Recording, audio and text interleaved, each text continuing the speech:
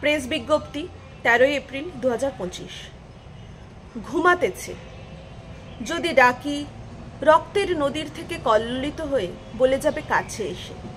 ইয়াসিন আমি, হানিফ মোহাম্মদ, মকবুল করিম আজিজ। আর তুমি? আমার বুকের পরে হাত রেখে মৃত মুখ থেকে চোখ তুলে শুধাবে সে। রক্ত নদী উদ্বেলিত হয়ে বলে যাবে, গগন, বিপিন, শশী, পাথুরে ঘাটার, মানিকতলার, শ্যামবাজারের, গ্যালেপ স্ট্রিটের, এন্টালির, কোথাকার কে বা জানে। 1946-47, জীবনানন্দ দাশ। 77 বছর আগে ঔপনিবেশিক শাসক, দেশীয় দালাল ও ধর্ম ব্যবসায়ীদের চক্রান্তে দেশভাগের সময় যে রক্তাক্ত ইতিহাস রচিত হয়েছিল, সাম্প্রদায়িক দাঙ্গার সেই কলঙ্কিত ইতিহাসকে ফিরিয়ে আনার প্রস্তুতি চলছে সমগ্র দেশ জুড়ে। মুর্শিদাবাদ, উত্তর দিনাজপুর প্রভৃতি বিভিন্ন অঞ্চলে আত্মঘাতী সাম্প্রদায়িক দাঙ্গার আগুনে ধ্বংস হয়ে যাচ্ছে পশ্চিমবঙ্গের সমাজ, ঐতিহ্য ও সংস্কৃতি।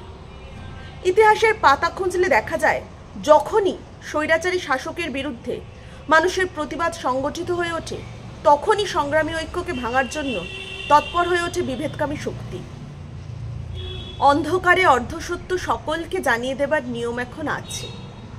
তারপর একা অন্ধকারে বাকি সত্য আঁচ করে নেওয়ার রেয়াজ রয়ে গেছে। সকলেই আর চোখে সকলকে দেখে। পারস্পরিক অবিশ্বাস আর সন্দেহের আবহাওয়া তৈরি করে মানুষকে তার ন্যায্য অধিকারের লড়াই থেকে দূরে নিয়ে যেতে চাইছে শাসক দল।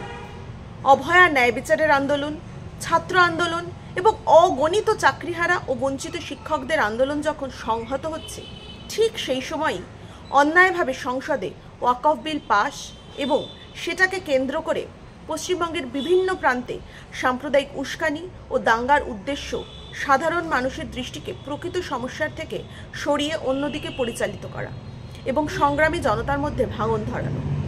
এই কঠিন পরিস্থিতিতে অভয়া মঞ্চ সমস্ত শুভবুদ্ধি সম্পন্ন, ধর্মনিরপেক্ষ, প্রকৃত ধার্মিক এবং পরধর্ম সহিষ্ণু মানুষের কাছে সাম্প্রদায়িক সম্প্রীতি বজায় রাখার আবেদন জানাচ্ছে। ধর্মীয় স্লোগান ভুলে গিয়ে বৈচিত্র্যের মধ্যে ঐক্যের সন্ধানই ভারতীয় জাতীয়তাবাদের ভিত্তি। সমস্ত বিভেদকামী শক্তিকে পরাজিত করে জয়ী হোক বাংলা তথা ভারতের সমন্বয় আর বহুত্ববাদী সংস্কৃতি। জয়ী হোক মানুষের গণতান্ত্রিক অধিকার রক্ষার ঐক্যবদ্ধ সংগ্রাম। বার্তা প্রেরক, আহ্বায়কগণ, অভয়া মঞ্চ।